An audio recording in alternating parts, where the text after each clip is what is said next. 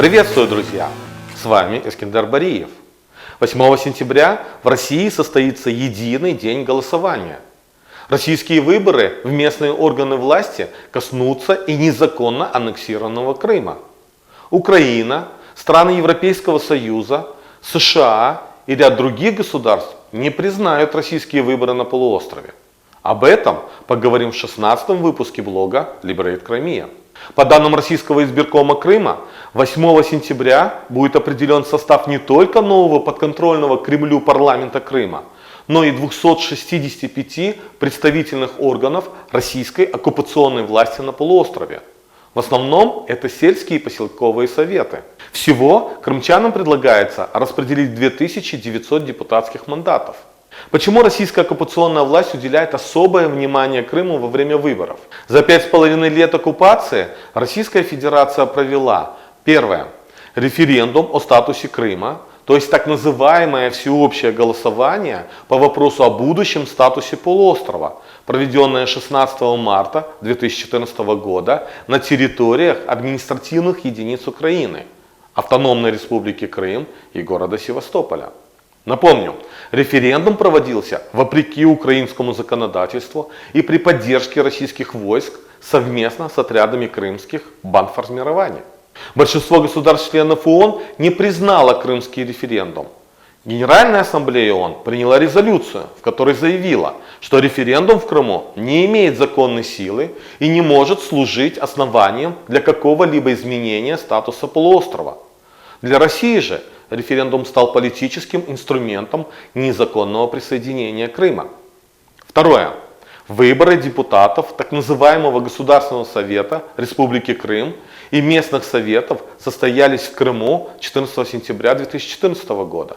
17 марта 2014 года так называемый Государственный совет Республики Крым был образован путем переименования Верховного Совета Автономной Республики Крым, полномочия которого 15 марта 2014 года досрочно прекратила Верховная Рада Украины на основании решения Конституционного суда Украины со ссылкой на пункт 28 статьи 85 Конституции Украины.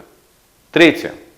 19 сентября 2016 года в оккупированном Крыму впервые проводились выборы депутатов в Государственную Думу России. Украина и международное сообщество не признали их результаты, а голосование крымчан поставило под вопрос легитимность всей Государственной Думы. Чтобы повысить явку, в Армянске среди избирателей, которые пришли голосовать, разыгрывали смартфоны. Среди победителей оказалось 2 российских военных, причем один из них скрывал лицо балаклавой. А чтобы добавить выборам легитимности, городская администрация Ялты пошла на крайние меры и пригласила в качестве международных наблюдателей, как вы думаете, кого? Иностранных туристов. Четвертое. Выборы президента Российской Федерации впервые проводились в Крыму 18 марта 2018 года, которые сопровождались массовым вбросом бюллетеней и демонстрацией якобы высокой явки крымчан на избирательные участки. Цель всех этих политических инсинуаций в Крыму одна – продемонстрировать международному сообществу легитимность незаконной аннексии Крыма и массовую поддержку крымчан. А тут-то и происходят постоянные сбои. Это позиция коренного народа Крыма, крымских татар. Если на иных избирательных участках можно активно проводить карусели, вбросы бюллетеней, создавать картинки, то самыми показательными являются избирательные участки в местах компактного проживания крымских татар, на которых из-за игнорирования выборов последними даже картинку сложно создать. Новое испытание на прочность должен пройти Крым 8 сентября. Конечно же, основным индикатором снова становится крымско-татарский народ, то есть количество кандидатов в депутаты и количество принявших участие в выборах представителей коренного народа. Конечно же, выборы в местные советы отличаются от референдума, выборов в Государственную Думу и президента Российской Федерации по политической масштабности. А в массы активно внедряется аргументация, что мы живем в Крыму, а нам необходимо решать вопросы на местном уровне. Итак, для чего же так важно оккупационной власти проводить демократические политические мероприятия с высокой явкой населения? Первое.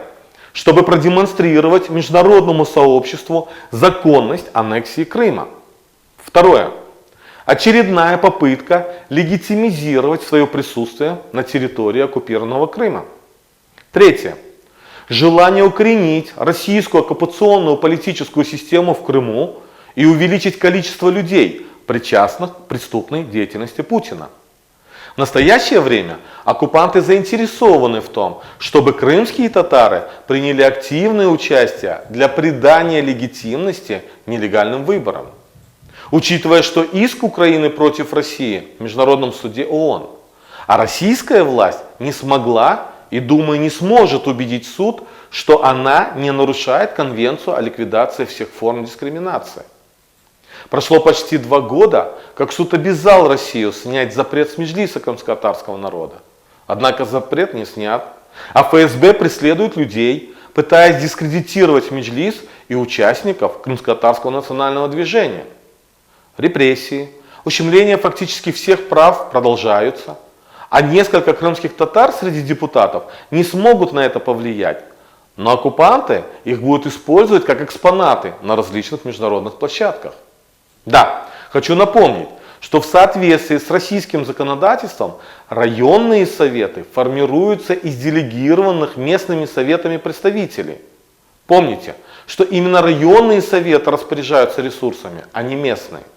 А ваше участие в них бесперспективно. Стоит ли дискредитировать себя? Желаю благоразумия. А мы скоро вернемся. До новых встреч!